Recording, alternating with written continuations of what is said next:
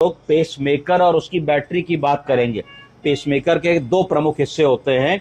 एक जनरेटर जो pulse rate को जनरेट करता है, दूसरी बैटरी जो उस पल्स को जनरेट करने की ऊर्जा देती है। आपको मोबाइल रोज चार्ज करना पड़ता है, पर पेसमेकर की बैटरी जो एक बार लगती है वो 10 से 15 साल तक चल सकती है। देखिए क्या क्षमता है, क्या साइंस है, क्या टेक्नोलॉजी है। और जनरेटर हो गया जो पल्स बना रहा है, बैटरी हो गई जो ऊर्जा दे रही है, तीसरी चीज तार। तार उस करंट को हार्ट तक कैसे पहुंचाएगा, इतना काम पेसमेकर को करना होता है।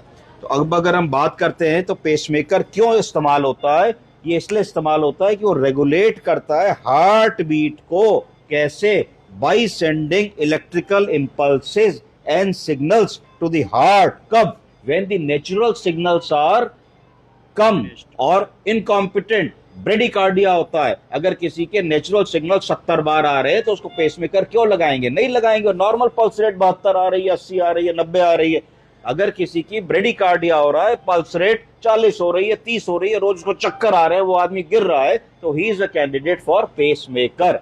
और पेसमेकर कब लगाएंगे? अगर ब्लॉक्स होंगे, एवी ब्लॉक होगा, है ना, कंप्लीट हार्ट ब्लॉक होगा, तभी भी पेसमेकर लगाएंगे। और कब लगाएंगे? जब हार्ट में कोई ऐसी बीमारी होगी कि हार्ट में बार बार एरिथमियाज और फिब्रिलेशन हो रहा है, एकदम से हार्ट रेट 70 होना चाहिए, 150 200 हो गया, तो अगर 150 200 को तुम तुरंत कम नहीं करोगे तो कार्डियक अरेस्ट हो जाएगा, मरीज की डेथ हो सकती है। ऐसा ना हो तो ऐसे भी पेसमेकर्स आते हैं कि जैसे ही हार्ट रेट 1 के ऊपर गया, 150 130 के ऊपर, तो एकदम से छोटा सा शॉक डिलीवर करेगा वो पेसमेकर और हार्ट की रिदम रेगुलर हो जाएगी। तो ये इंडिकेशन है पेसमेकर को लगाने के लिए। अब पेसमेकर हेल्प करता है हार्ट रेट को नॉर्मल रखने में, जिससे कि जो सिनर्जिक इफेक्ट है हार्ट रेट का और चैम्बर्स की कॉन्ट्रैक्टिबिलिटी का वो मेंटेन रहे।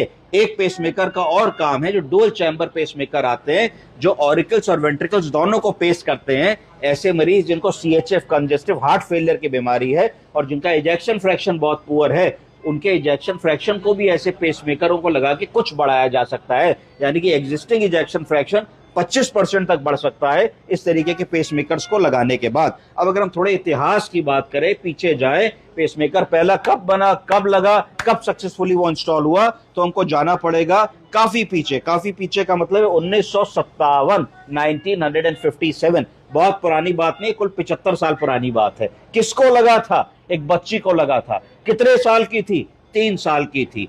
3 साल की बच्ची को पेसमेकर लगा, जिसकी जान जा रही थी। उस समय पेसमेकर्स अंडर डेवलपमेंट थे, बहुत ही क्रूड लेवल पे थे। तो उस समय के कार्डियक सर्जन को लगा कि हमको इस रिसर्च को इस्तेमाल करना चाहिए इस बच्ची की जान को